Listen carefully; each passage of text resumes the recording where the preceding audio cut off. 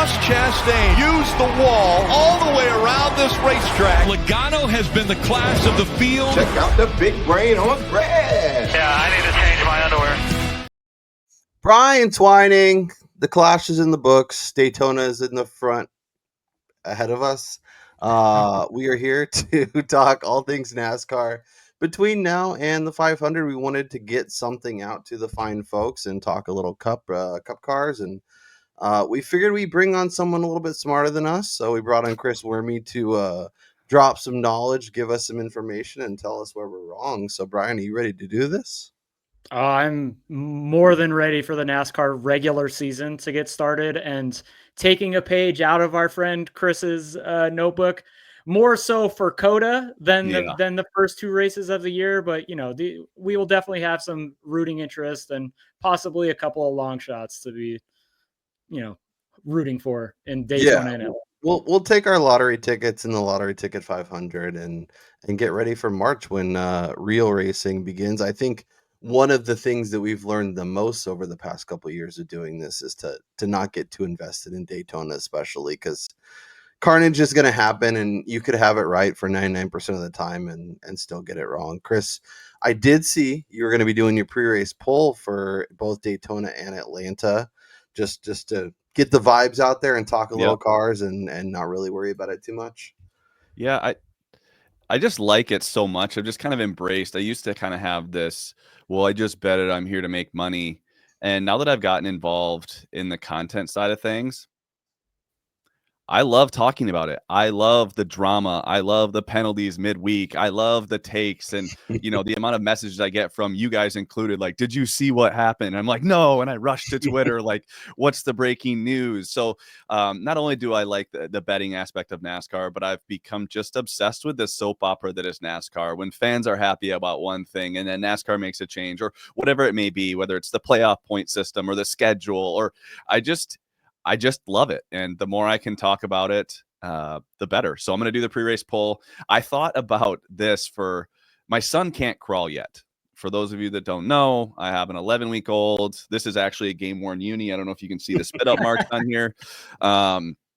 But I was just going to have him, unfortunately can't crawl yet, but I thought it would have been fun to do one of those like crawl towards a family member and have him essentially pick the winner. So you might have to start with like the manufacturers first and then narrow it down to like a team and then a winner. I think that would be a hilarious way to like pick the winner. I think it would probably go viral if we somehow picked the winner based on, manufacturer, team, but he can't crawl yet. So he's kind of ruining the party for everyone. Yeah, once he starts crawling, just throw some die cast at the end of like a long rug and have him go wherever he ends up on. Be your couch pet for the week. Yeah. No, as someone who's a little bit ahead of you, I know the feeling, but don't worry. He will be crawling soon and then he will be in literally everything. And you'd be like, remember when he didn't crawl and go anywhere? That was wonderful. Yeah. But yeah, Brian, we want to talk a little 2025 NASCAR just kind of in general. Big picture stuff. I think the first thing I want to talk about is Denny Hamlin because I think he's fascinating. I think it's interesting the kind of corollaries to Kyle Busch and like M&M's no longer being a sponsor and then kind of riding out the wave.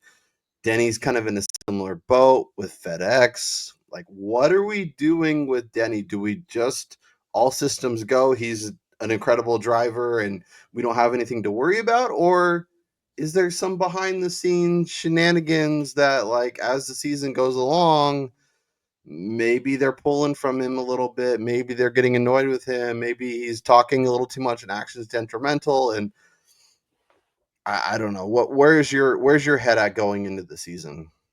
Well, I think for me, one of the biggest things that I got from Denny so far this year is when he mentioned on actions detrimental or one of the interviews he was doing that Chris Gale is actually adapting to the 11 teams way of doing things as opposed to Gale coming in and trying to implement what he was doing. So, maybe there was a rift a little bit towards the end of the season last year between Denny and his former crew chief. So, I'm still a little bit, I guess I would say, down on Denny this year, just because I've been kind of on this old guys going a little bit downhill narrative over the past couple of years with Truex, Busch on the way out, JGR, and then Harvick in his last year. He could run near the front, but not at the front. Even Gordon and Johnson too. Yeah. Mhm. Like it wasn't just those guys recently. It's been a thing. Yeah, and people are going to look at what Denny did at the Clash, and they're going to say, "Oh, he's got speed," but then he did the same thing last year, and then he started this season out extremely strong, and then he kind of disappeared towards the latter half of the season when he should have been showing up racing for a championship, and it kind of went nowhere. So I'm a little bit down on him. I do want to see what he does as we go to Phoenix and Vegas for the first two legit tests of regular tracks that we're going to have on the schedule. Chris, what about you? Where are you at with Denny as we head into the season? Yeah, I found it interesting that there's like a couple things when it comes to like the business side of NASCAR, which I don't understand at all. If there was like the business side of NASCAR and it was someone smart asking, Justin Marks questions about the business of NASCAR, I'd pay $100 to watch that, like to just understand, how much money is at stake, how profitable these teams are. I just don't understand that side of things. So with that disclaimer or that, begging for that kind of content, it seems to me, I have said this over the last couple of years, that Denny Hamlin is the most important person in NASCAR right now.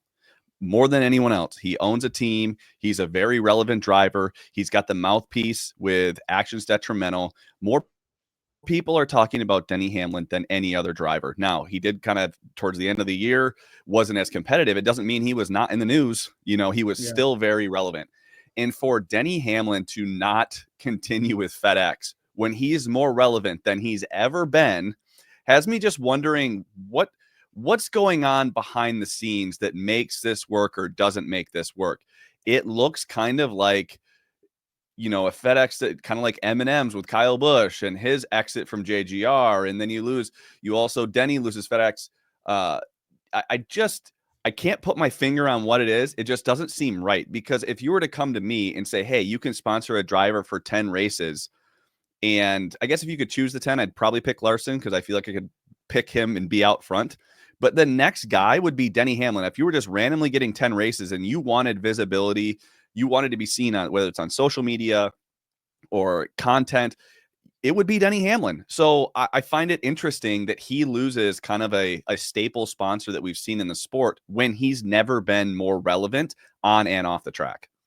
Yeah, and I think the off the track stuff is going to be something that as NASCAR evolves and becomes kind of back to what we saw in the 90s with Mark Martin and Dale Earnhardt and Jeff Gordon, if like they can get that piece, and I know some of the longtime NASCAR fans might not love that stuff, but the off the court or off the track stuff with the shenanigans and the behind the scenes stuff is what keeps the NBA and NFL especially so relevant, that if we could get that going, I think that could be really fun. And I do wonder, is the relationship more with Joe Gibbs and whatever sponsor rather than I am, I could sponsor anybody, and Denny Hamlin's amazing and he has a podcast and I'm going to sell a lot of merch and and my logo is going to be everywhere. And it's like, well, I could do that, but I'd rather keep the long-term relationship with Joe Gibbs as a whole, and knowing that there's maybe a rift there. I don't. It's really interesting, and like you said, if there was somebody who could have like a little more insight to like I'd the love business side of NASCAR, I think it would be incredibly interesting. Let's stay in JGR and talk about a guy that I'm kind of interested to see, and that's Chase Briscoe. I've always been sort of a Chase Briscoe stan, even when he might not have deserved it. But I'm really, really curious to see going to the 19 team, James Small. What does that mean? How much of that relationship with Truex was Truex? How much was Small? How much was the 19 car? Do we trust that Briscoe is really good at shorter, flatter, and just comes over with that? Or was that an SHR knew how to dial in the cars for all those tracks because all their cars would show up? So I guess, Chris, I'll let you go first. Where are you at with Briscoe in 2025, and kind of how are you proceeding with him as both a driver and in that car? Are you driver? Are you some combination of both? Where are you at? Yeah, I think it's a combination of both. And I would say that I've been in the Chase Briscoe apologist camp as well. We saw him in the 98 car in the Xfinity Series be a better driver than most of the field. You could just with your eyeballs watch him and say like, oh, that's good. What he did to Kyle Busch at Darlington, I go back to that where he was able to pass Kyle Busch. It was incredible driving. And then we see what he does this year in SHR stuff where he wins at Darlington. He wins the Southern 500. And it wasn't a fluke. It wasn't like it was strategy. Like he was up there all day and then raced for the win. I think he's a great driver. I don't know that I'd go as far as Corey LaJoie, where he's like, I'd put him in a category with Chris Bell and Kyle Larson. Okay, relax. I would not say that, but I would say there's another tier of drivers where we haven't maybe seen him in the best equipment in the Cup Series, and I think he's going to be successful. But I don't even know what that success is. Right? We say that like, oh, I think he's going to have a good season. Compared to what? Yeah, I think that you're going to look and say whether this 19 car is successful or not by basing it off of the 54 car. If Ty Gibbs goes and wins 4 races and Briscoe wins 1, that's a bad season for Chase Briscoe. I don't care how you do it. Like, I think talent level, I think Briscoe's there or ahead of Ty Gibbs. And he's a little bit more mature. He's raced more. He's won more. So when you look at this 19 car, the only way he has a successful season, I think he has a better season than the 54. And then also it's going to be compared to Denny Hamlin and Chris Bell. I don't think that's fair. I think Chris Bell is going to win the most races. I don't think anyone's, would disagree with that. But if he wins more races than Bell, it's a successful season no matter what. Like if he wins more than Denny, successful season. Mm-hmm. But then you get to this 54 and 19. I think that's going to be the measuring stick for Chase Briscoe. And I already think for whatever reason, I think that seat is warm. I don't think it's hot, but I think it's warm. We're Joe Gibbs Racing here. We're competing for wins. Eric Jones won big races and he was gone for Chris Bell. So, that's my thought on the 19. Brian, I think comparing him to Gibbs is funny, especially when we look at it from a betting market perspective, because I think both those guys are going to have much shorter odds than I think they're maybe deserving of, but given what they've done. But knowing what cars they're in, knowing who their teammates are, knowing what the garage is capable of, it's hard to figure out. And I think comparing them to, and we've talked about it a little bit, but like we both feel are in the camp of Gibbs either wins like 3 or 4 races, or it's just like, once the dam breaks, then he's going to be awesome and he's going to be winning all these races. But at this point, he hasn't won anything. So I guess where are you at with Briscoe, and then where are you at relative to Ty Gibbs and kind of what you're expecting from 2025? Yeah, no, I think Chris brings up a great comparison between the two guys. And as a matter of fact, as I was looking over championship futures this morning, I'm always shopping numbers. One of the main championship points matchups that I've seen on a couple books already is Briscoe versus Gibbs. And Briscoe is actually the dog in that matchup and got me interested in even considering playing that, just kind of to what Chris said, and that I take Briscoe's experience in Cup as an advantage over Gibbs, and the fact that he's won races in lesser equipment already. And now he's jumping into a 19 team that has had tremendous success with Martin Truex Jr. before him, which also leads me to the question of James Small as a crew chief, when I think to a man, the NASCAR community would come out and say that a lot of the reasons why that team did not win races with Martin Truex Jr. the last 2 years was a lot of decision-making from the box. And so I don't know if that's going to hold Briscoe back, and which is going to have me kind of waiting to bet him, I guess, early in the year. And to Chris's point of a successful season, I don't think if he wins one race and Gibbs doesn't win, they would necessarily come out and say that that's a success. Yeah, you're right. That's fair. Especially if the other two combine for 10. Yeah, exactly. Because as you said, I think we can all come out here and say that Christopher Bell is 1B to Kyle Larson's 1A in the sport at the moment. And Christopher Bell winning 5 races would not shock anybody. No. Or Denny going out and winning 3 or 4. No. So for a success for the 19 team, I think he's got to eclipse that 1.5 race win mark that's posted at every single book at plus money.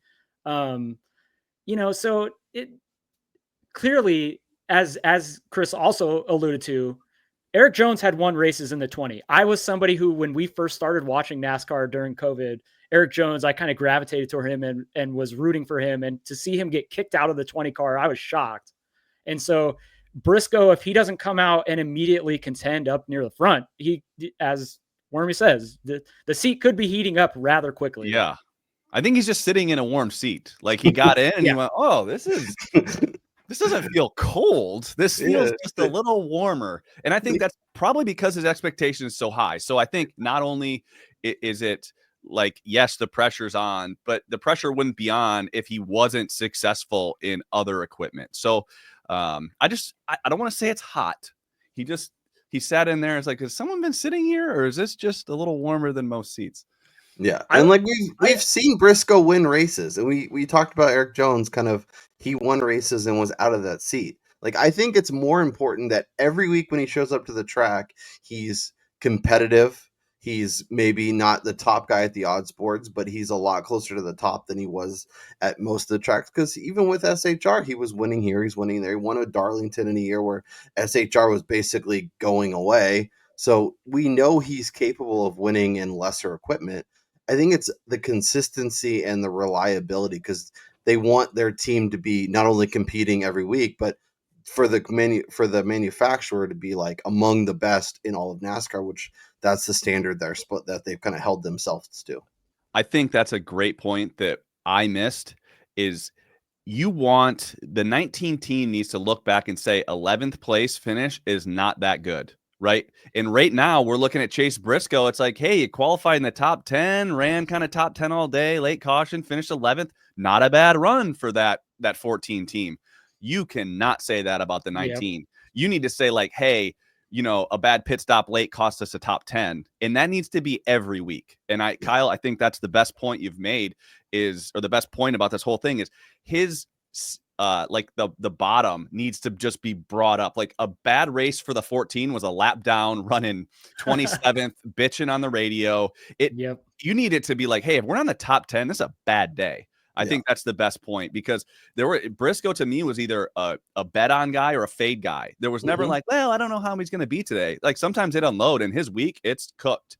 He's got no chance. So I think that's a great point. And then I'll add one more thing to this topic, is that when you look at Briscoe taking over the 19 team, part of me questions, would he have been the first choice to replace Martin Truex Jr. if SHR wasn't disbanding? And because I think a lot of teams, when they realized that Stewart-Haas Racing was going by the wayside, they now had an opportunity to just pick the guys really quickly. And it was just easier to bring them in because they were looking for a ride. Whereas you kind of see it in the Toyota camp, like Corey Heim seems to be the guy that they want to be propelling up through the ranks. And so part of me thinks like maybe Briscoe was just the guy for now, as we're talking about the seat is hot. And had SHR not decided to lead the Cup Series as a whole, maybe Toyota goes, or maybe JGR goes a different direction, filling that 19 seat for this year. Just like Eric Jones and Chris Bell. Like everyone knew Chris Bell was coming up. It's like, man, he's kind of got to go to the 20. That sucks for Eric Jones, who's actually been I would say a successful driver. I think he's very underrated, but it looks like that. If he doesn't go out there and compete for almost championships, they might just shoe Heim in. That might be a better deal for them. So I think you're onto something. Yeah, it might just be a temporary thing, no matter how well Briscoe performs, unless he's, like you said, competing in the championship for 2 or 3 years, and it seems like he could really contend, and maybe they'll keep him there all year. Not like just he somehow, for lack of a better term, pulled a Logano and somehow won the championship. Where relevant all year. Like I feel like you need to be more relevant than that for him. I mean, it's hard to look away from a championship, but here we are in NASCAR.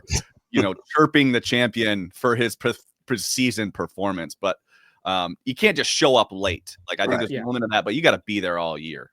Yeah. Well, and especially all of us betting community people holding Blaney and holding Reddick and holding all these long numbers, thinking, oh, maybe we got something legit here, and then Of course, Joey does it. Brian, who's the driver or team that you're you're in the front of your mind? You're like, I don't know what to make of them, or I'm really excited to see how they perform week to week, or I'm really worried that they're going to drop off and people are going to be betting them early and really regretting it. Is there a team or a car that really comes to mind for you for that? I think there's two. One of them is one of the drivers that Chris has mentioned numerous times already on a couple of his shows, and that's going to be Christopher Buescher, and then RFK as a whole. I think with adding that third car with Ryan Preece, that just gives them another skilled driver, especially on super speedways, to where they can like form up and maybe they can get it done there without getting wrecked late. And then Buescher, if he takes the next step, you know, the expectation of him winning 2-3 races during the regular season even is a possibility. And then we all saw Brad Keselowski like routinely running inside the top 5, top 7 cars last year. And so I think RFK is really intriguing. And then going to Trackhouse, obviously, Shane Van Gisbergen. I'm on record as saying like I personally bet his under 1.5 wins for the year, just because I got, it was like plus 140 or plus 150. I got it at, just because I already know like the expectation is going to be every week he's going to be the favorite in these. But now being a full-time driver in the Cup Series and not being with Colleague, who is going all in during his appearances, is going to maybe make it a little more difficult with him, that they already have a name brand in the Watermelon Man, Ross Chastain, and then Daniel Suarez essentially fighting for his seat in the 99 car for the rest of the year. So Trackhouse, I think, is the one that I'm more baffled by, just by, I don't know what to expect from them. You could get maybe 4 wins with 3 of them coming from Van Gisbergen, or you can get 1 win the entire season with Suarez kind of sucking and then Chastain maybe kind of continuing down that path of regression that we've seen the last year plus. Yeah, I think Trackhouse is incredibly compelling because their ceiling obviously is really high. We've seen Ross put it together. We've seen Ross in a championship race when his car clearly didn't have the extra little bit that all the championship drivers would go out and dust the field at Phoenix. We know how good he can be. But then last year we saw a tremendous step back. You know, he got his hand smacked by Rick Hendrick. Like there's a lot of weird stuff. And then what do we do? Like, what do we do with Suarez? Because like, is he just keeping his seat warm for a year and then someone else is going to take it? Is he now the third option behind SVG because SVG not only has like the road course ringer kind of mantra, but we've seen him at like shorter tracks that require extra braking thrive. If he continues to step forward, maybe he's the best car in that garage. Like there's a lot to unpack there. So I guess, Chris, where are you at with Trackhouse and kind of the pecking order and what we should expect from them this season? Yeah, I think the expectation when you go into the season is that Ross is still the guy there and SVG is the road course guy, and he's going to do some learning along the way, right? That's what we kind of anticipate. However, you know, following SVG fairly closely last year in the Xfinity series, you know, he was a guy that I found it very hard to bet against him because a lot of the times when he was going out in practice, he didn't look very good. He didn't sound very excited about his lap times. However, from the drop of the green flag to the checkered flag, he got a lot better. You know, I mean, he was learning every single race. We've already seen him in the Clash. I thought he looked good in practice. Like that's the first time he looked good in practice, and he's able to like use the bumper a little bit more. I think SVG is a really talented driver, and I think he could go out there and kick the hell out of everybody on the road courses. And I think there's a chance he could be good on some ovals. I'm not sure which ones they're going to be. It might be a place like, you know, like Texas where you just kind of are holding it wide open, or it's edgy. If he can, I don't know. I don't know what places, but we're going to see an entirely different driver come the playoffs. When it comes to SVG, I anticipate he wins one race this year and gets in the playoffs. And then what does he do? You know, you have the playoffs this year are way different than they've been in the past.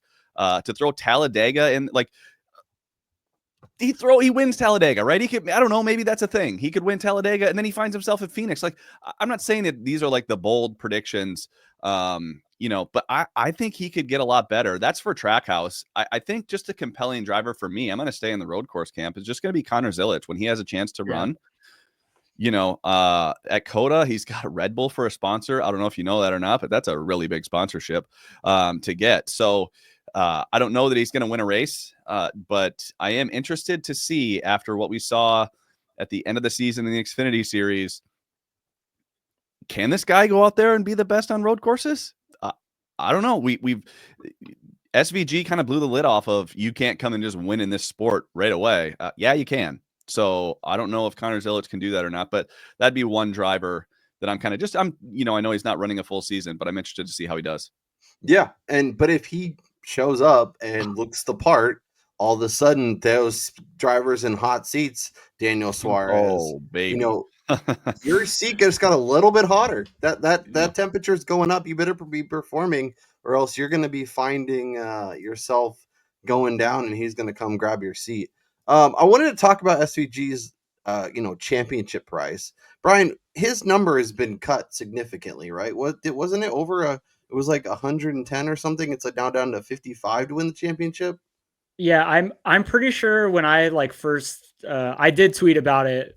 It was well above like 125 to 1 or something of that nature. And just kind of to what Chris said, the way the playoffs set up, and we have 5 road courses during the regular season. I don't think you can get out of the regular season without expecting SVG to win at least one of those. At least one. You got to give him one. Yeah. And then a road course in New Mexico is it a road course? Or I know it's a road course, but is it a street course in Mexico City?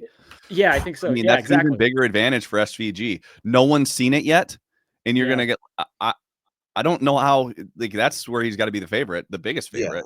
Yeah. He opens and then plus 150, 2-1. Yeah. Yeah, and then to also just kind of expanding on what Chris was talking about with how Shane was getting better and better within races. He was getting better and better as the year progressed as well. I mean, he came home 12th at Martinsville in the playoff race there. So, and that's no small feat when you have guys battling for positions to get into the championship 4 and then all of that stuff going on there. He actually performed pretty well at I think it was Talladega 2, where he kind of ran near the top 10, inside the top 10 for a lot of the race and finished just outside of that. And so this is a guy who, if he gets into the playoffs, which I think is the expectation, he can run well enough and just not wreck to advance via points into the round of 12, where we get the next road course. I think it's the Roval there. Yeah. An appearance in the round of 8 is not out of the realm of possibility for this guy. I agree. Let's look at the playoffs this year. I have it pulled up. Darlington, Gateway, Bristol. Just stay out of trouble. 4 guys are going to have enough trouble. If you've won a race if you win some stages, you're going to have some points where you can probably just stay out of trouble. Darlington, Gateway, Bristol. Okay. Because there are going to be guys that just have issues and they might need to win or they need to run top 3 or something. So just stay out of trouble. Then we go to Loudon, Kansas, Charlotte, Roval. Okay. Go win. Yep. Go win. Just go win the Roval. That's probably okay. All right. And he's better on. People are going to say, oh, well, it's a Roval. It's not. He's going to be running ovals all year. He'll be better at those. So if the Roval was early in the year, I wouldn't give him that same advantage. But it's at the end of the year. It's like the perfect scenario for his weakest road course. So, and then it's Vegas, Talladega, Martinsville. I mean, what if you end up with a fuel fest? Hey, there's a caution with 77 to go at Vegas. And I know that we're making a stretch, but he could win Talladega. Anybody can win Talladega. So I don't see him getting to the final round of 4, but I could see him pointing through the first round, and he's going to be there for the win at the Charlotte Roval at maybe around 8. I don't know.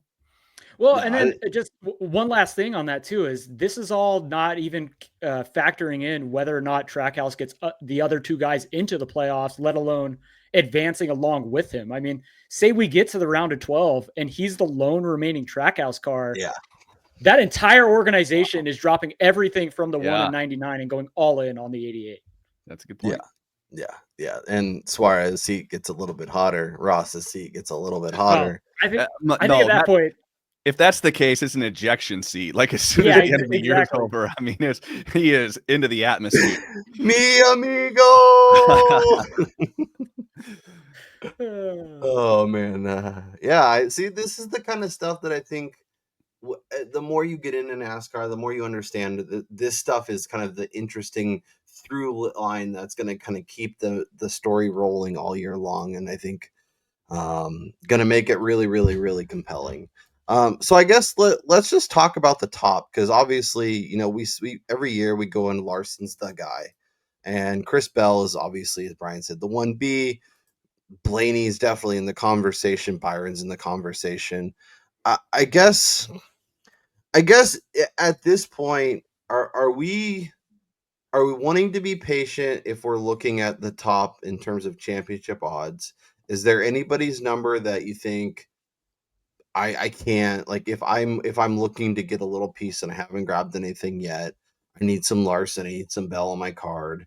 Or are you thinking, let's see how that first month plays out. Let's let the super speedways get out of the way, kind of let everything shuffle. We even saw last year how, you know, the longer you kind of wait into the season, the better your chances are. You're playing a little risk, but we grabbed some really nice Blaney numbers. Byron's number got a little bit longer and obviously got shorter, but he won a lot early, so he had a kind of a little more of a cushion. Bell, you know, Bell and Larson, I think, are kind of their own animal. But Brian, I guess I'll start with you. Like, where are you at from a like championship future? A week outside of Daytona, is it waiting and seeing? Is it grab the longer numbers and figure it out, or is it, you know, kind of where you at? Well, I got a lot of flack for this during Sunday's pre-race poll, but Oh gosh, what Reddit price did you get?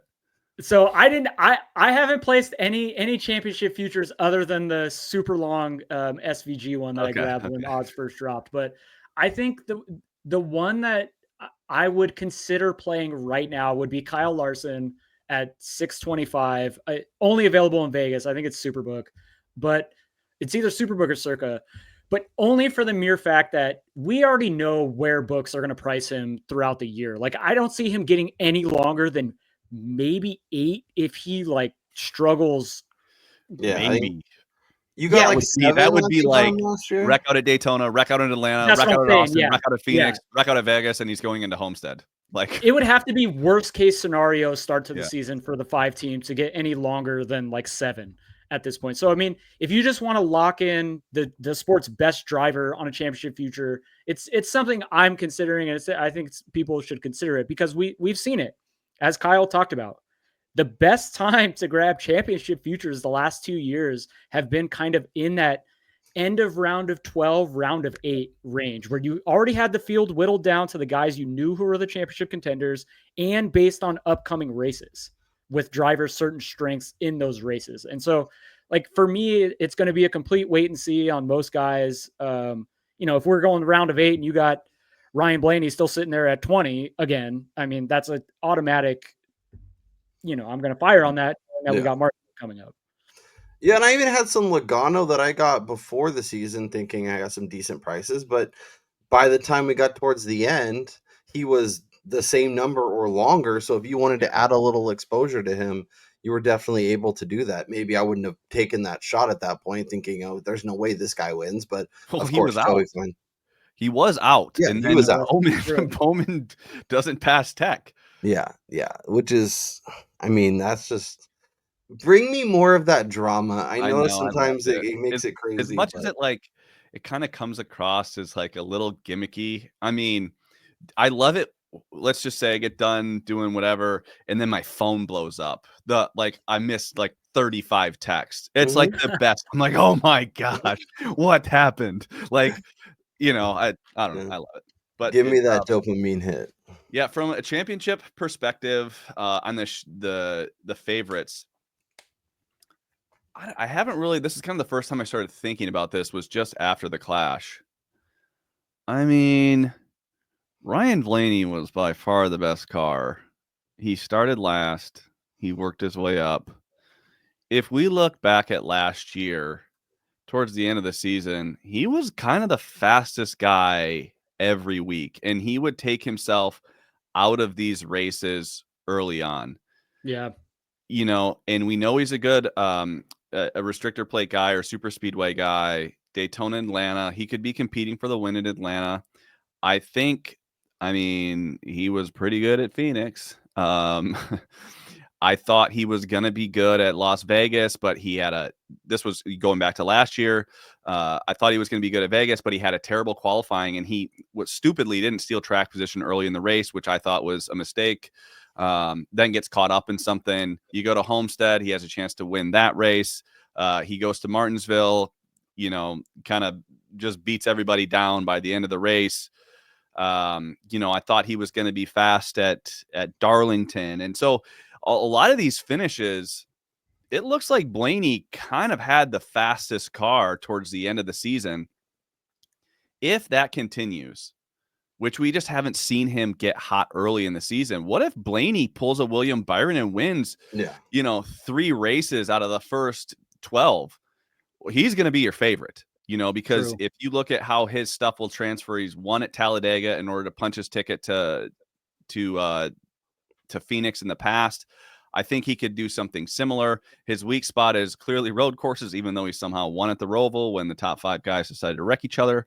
So I think Blaney, I don't know what his best price is just because I haven't really shopped much.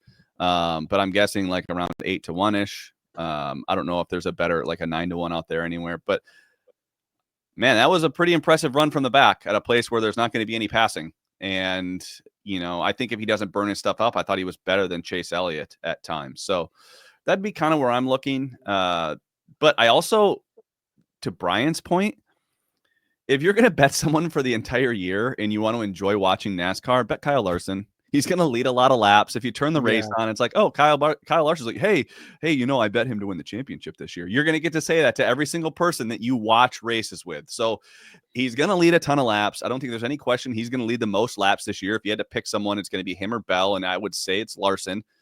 And go enjoy yourself through the entire season, and then you can get pissed at him at the end when he makes a mistake.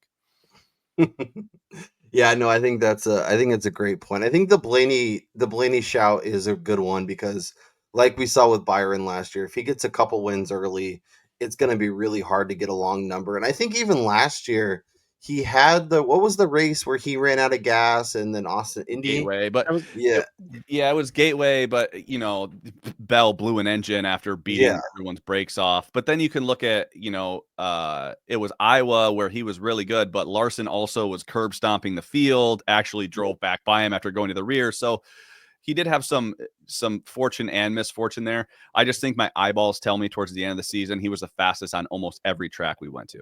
Yeah, no, I totally agree. And I think we kind of got lucky to get the result order we got to get the number we got. So there's a potential that like 758, 8.5 is kind of the best we see for. If he wins early, he's got to win early. If he doesn't win early, the only guys you're betting on right now, I think, Brian, you're about to say this, is you got to bet guys that are going to win early in the season. If you don't think they're going to win, don't bet them now. Well, and then I think that's the caveat to Ryan Blaney's championship future at the moment is that the places that we've seen that team, that entire organization struggle are the ones where really going to make their bread towards the middle of the year. And that's the 1.5 mile track. So like for me, the last 2 years, we've seen Penske come out and they look great in qualifying at like Las Vegas, for instance, and then they suck ass in the race. And so even last year in the spring, Blaney was the fastest of the Penske cars, but I think he was only able to like get up like just inside the top 10. And then even in the fall, like he was competitive, but Larson and Bell were just so much better than everybody else on those track types. That is my one worry for him, is that early on in the year, if he doesn't get, a Daytona or an Atlanta win, I don't think we can consider Blaney a contender to win COTA. And then we go to Phoenix, which even Phoenix in the springtime, Penske has not been. Stomped. I thought he was as bad as he's been, like in the spring. Now he followed that up, but it'd be interesting to see Las Vegas and Homestead earlier in the year. But I think you get to Martinsville. He's kind of been the guy at Martinsville. I know he wasn't in the spring. That was just a Hendrick stomping. But I don't know. That's the thing is, he's a guy where if he doesn't win early, you're going to get a better price late. I think he wins one of the first. I think he gets a win at Phoenix, Vegas, Homestead, Martinsville, or Darlington. I do think he wins one of those races. That would be my prediction. Yeah, that seems completely reasonable. And so if you want some Blaney exposure, you don't even have to go crazy, but grab some now, and then if you get better number, you can always add to your price as the season rolls along. Brian, is there anything else jumping out to you? Anything you've been dying to talk about? Any takes you want to get off before the season started? Anything that's just like, besides Tyler Reddick winning the championship, obviously. Look, that hasn't even crossed my mind. That as big of a Tyler Reddick stan as I am, he's clearly in the tier below Larson, Bell, and then you have like Blaney, Hamlin, and Chase, I think Byron, Chase, and then you have like Reddick kind of right he on just their disappears too coattails. much. He disappears. It's like you can't just run. You can't run straight up 18th somewhere. And I'm not saying he does it often, but some tracks he's a no-show. Well, and then he also has a little bit of that Kyle Larson mentality late in races where he takes himself out of contention for good finishes or race wins. So, you have to kind of factor that in. But also, I think there might only be one or two guys that get into the championship race at Homestead like he did. Like, you can say whatever you want about how he drives, but he might screw it up for himself. But I'll tell you what, I need someone to send it in there in the final corner and make a pass. It's him or Larson, and I don't even know who. I think Reddick might be more aggressive in that scenario. So I don't know. Sorry to cut you off. No. I think for me, the biggest thing as we close out here, the new fastest lap point that they're going to be adding in. Do you see that as a gimmick, or is that something that drivers are actually going to try to play for throughout the year to get that bonus point per race? I just think they went like, well, what's working at F1? Let's see. This works in F1. It gets people to care at the end of the race. Like, nobody is strapping on fresh tires and just trying to go for a fast lap, like under green. That just not I'm guessing it has to be on the lead lap. So maybe you could do it at Pocono or Indy where you wouldn't, but do you lose a lap in Indy? I don't know. You just can't lose a lap, or maybe a road course. You might see someone. The road course was the only thing that jumps to mind is like an even place where they would consider it. Yeah. I don't know. I try not to get too concerned with like decisions that NASCAR makes about points and stuff. It's like, okay, my first thought is how can I make money off of it? Is there an edge here? And I try not to, you only have so many cares to give. If you care about everything, you're just going to be unhappy. So I decided I'm just going to let NASCAR do the competition thing, and I'm going to care about how I can profit off it. And it just, I don't know where it came from. I wonder if it's not like anybody talks about it. No one says, well, we got to look at the positives from last week. We did have the fastest lap on the track. And it's like, no one has ever said that in NASCAR ever. Like no one talks about, oh, he's going purple in 1 and 2. Like that's just not a thing you see in NASCAR. So I don't know. Another thing to talk about that I think it's great. We just get to talk about it. Any other hot takes you want to get off, Worm, that you don't want to throw on Stay Green or let's see. Hot takes for this year. I don't know. I think Blaney wins early. I think and kind of has like a Byron type start to the season. Maybe not 3 wins, but I think he's just leading a lot of laps once we get to Phoenix. I'm gonna. Yeah, that's about it. I think Bell's gonna be really good. I'm interested to see how this whole 23XI and front row, Jordan, France family, NASCAR thing happens. Just selfishly, I just kind of want to watch this thing unfold. I was just gonna say, you saying that is the first reminder that I've had of that whole situation in probably the last like three or 4 weeks. So NASCAR has done a really good job of kind of sweeping that under the rug. At a point for the fastest lap, they'll start talking about that. Like it's almost like the news. It's the news in NASCAR comes so fast that it's so easy to forget stuff that was huge news even 2 weeks ago. and that's why we love the sport. And instead of being upset at it, I've just decided to embrace it. And let me tell you, for everyone that just gets just their panties in a bunch about everything that NASCAR does, just embrace it and say, like, instead of this is annoying, say, like, this is exciting, and just reframe it that way. Embrace it. We're lucky to have a sport that just an unending soap opera. So I guess I'll leave it at that. I love it. I love it. Before we get out of here, I want to give a shout out to our new sponsor, Win the Race. We have partnered up with Win the Race for the 2025 NASCAR season. Brian and I were subscribers last year. We love what Ryan and his team are doing over at Win the Race. It's $300 for the year, which may seem like a lot, but when you consider that he breaks down 36 races throughout the year, you're spending less than $10 a race.